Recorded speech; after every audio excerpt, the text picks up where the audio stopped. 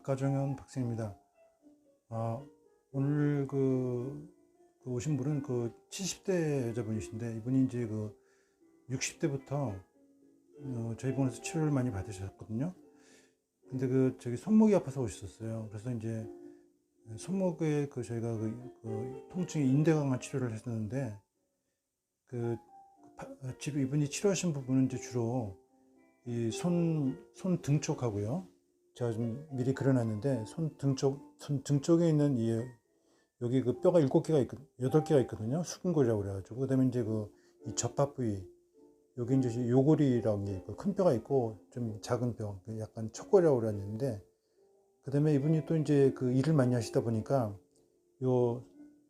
손이 닿는 이 부위가 많이 아프셨습니다. 그래서 이제 그 부위에 치료를 하고 났는데, 이제 어떠셨는지 보시겠습니다.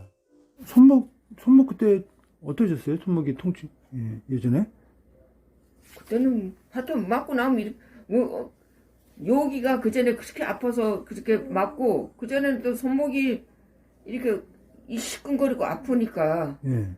그래서 또 맞았지. 예. 아무튼 뭐 아프다 그러면 원장님은 그 주사를 놨으니까 예.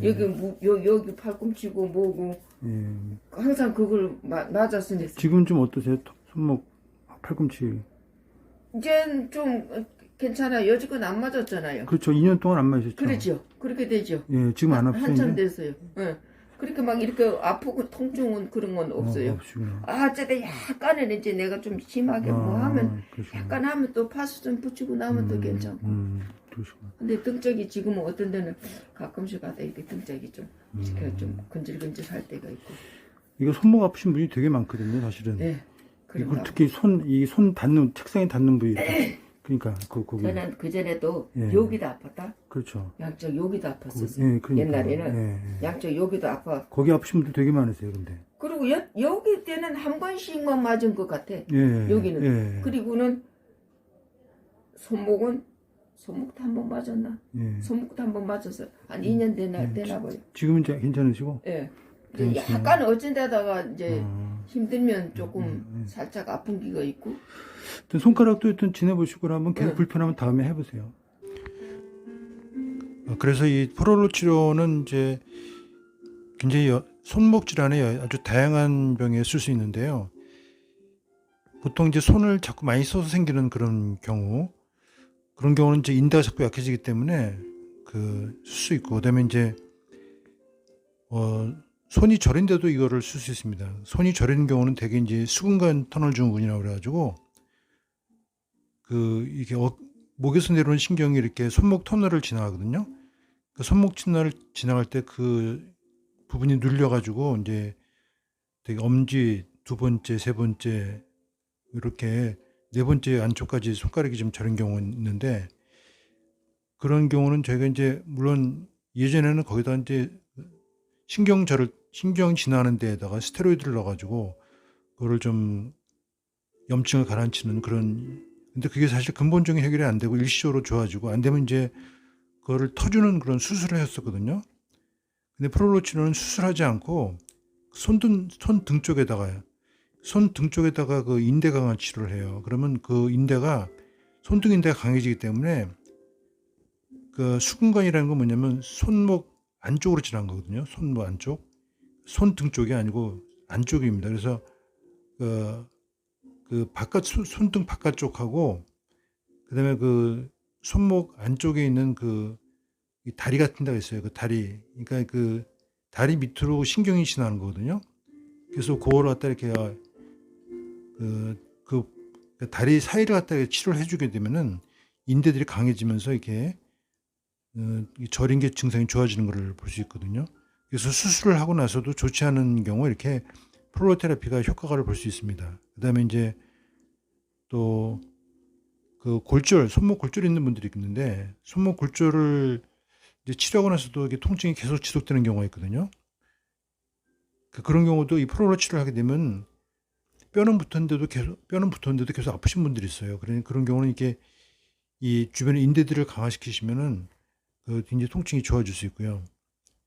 그다음에 뼈가 잘 안 붙는 경우, 뼈가 이렇게 잘 안 붙어서 오래 고생하시는 경우도 아니면 뼈 이식한 다음에 그럴 때도 이제 저희가 프로 치료를 갖다 이렇게 하게 되면 인대들이 강해지기 때문에 굉장히 안정됩니다. 그다음에 뭐 관절염은 뭐 당연히 그럴 수 있고요. 그다음에 그 드코팽스병이라는 병이 있는데 드코팽스병은 이제 뭐냐면 이렇게 자꾸 이렇게 그 되게 이제 엄지 손가락 쪽으로 가는 이렇게 힘줄이 있어요. 거기 힘줄이 엄청 생기는 건데 거기다가 이제 그 프로로 치료를 하게 되거든요. 그러면 이제 마찬가지로 주변에 인대가 강해지고 염증이 강해지기 때문에 염증이 사라지기 때문에 죄송합니다. 이제 사라지기 때문에 굉장히 좋아지고 있고요.